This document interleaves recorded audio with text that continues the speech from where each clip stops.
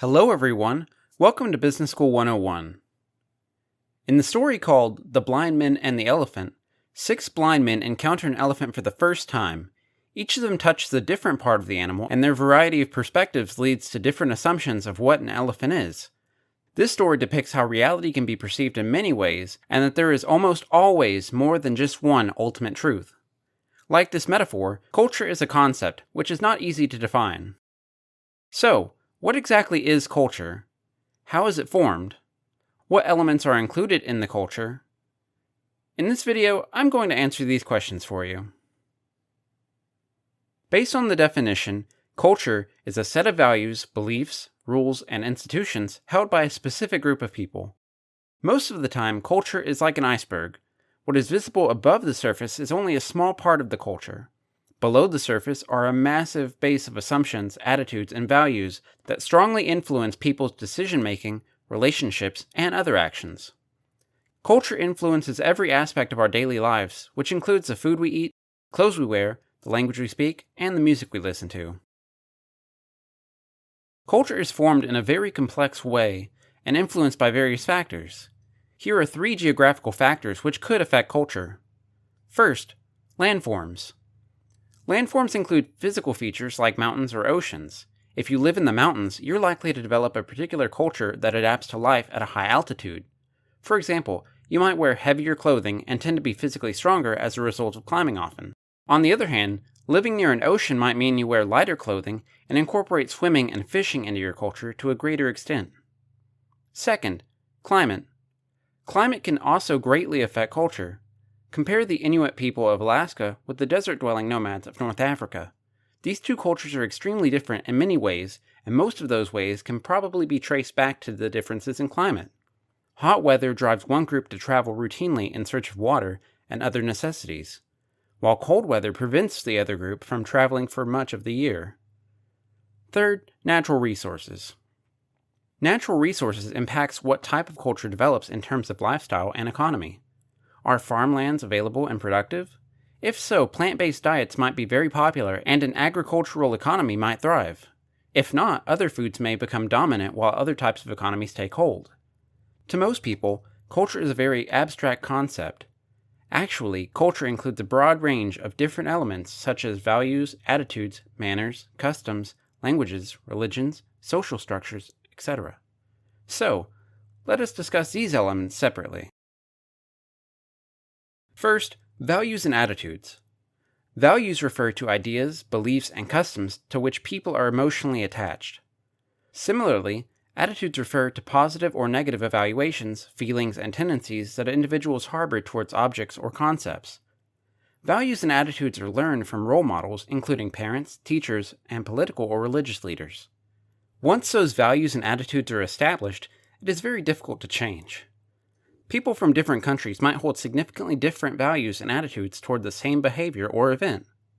For example, whereas people in Singapore and the US value hard work and material success, people in Greece and Brazil value leisure and a modest lifestyle.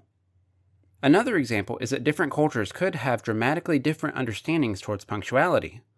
For instance, being just 1 minute behind in Japan is considered being late, whereas meeting on Moroccan time can mean anything from being an hour up to an entire day late for a promised get-together. Second, manners and customs. Manners and customs are also important components of culture. Manners are rules that govern social behavior, promoting goodwill and cooperation. Customs are actions, behaviors, and standards that are shared and expected of a particular culture. People from different cultures could behave differently depending on their manners and customs. As we know, people in the US usually use handshakes for greetings. Instead, people in Japan and South Korea normally bow to each other. Another example, in the States, people are totally fine to bring friends corinthus as a gift. However, in China, if you do the same thing, it would be considered extremely rude because Chinese people give corinthus only for people's funerals. Third, language.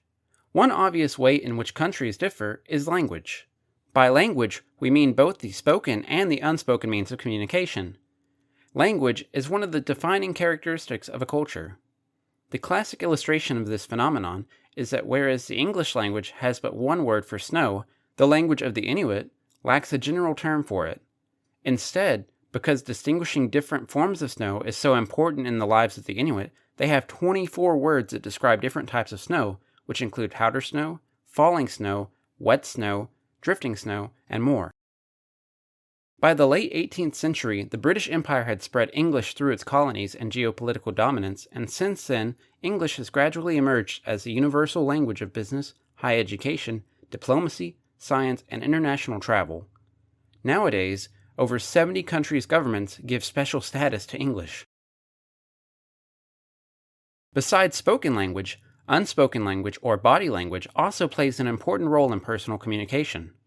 Facial expressions, gestures, posture, and tone of voice are all very powerful communication tools. Studies show that verbal language accounts for only 7% of the message people try to convey. The remaining 93% is nonverbal. 55% of communication is based on what people see, and the other 38% is transmitted through tone of voice. However, there are substantial cultural differences in how people use body language to communicate.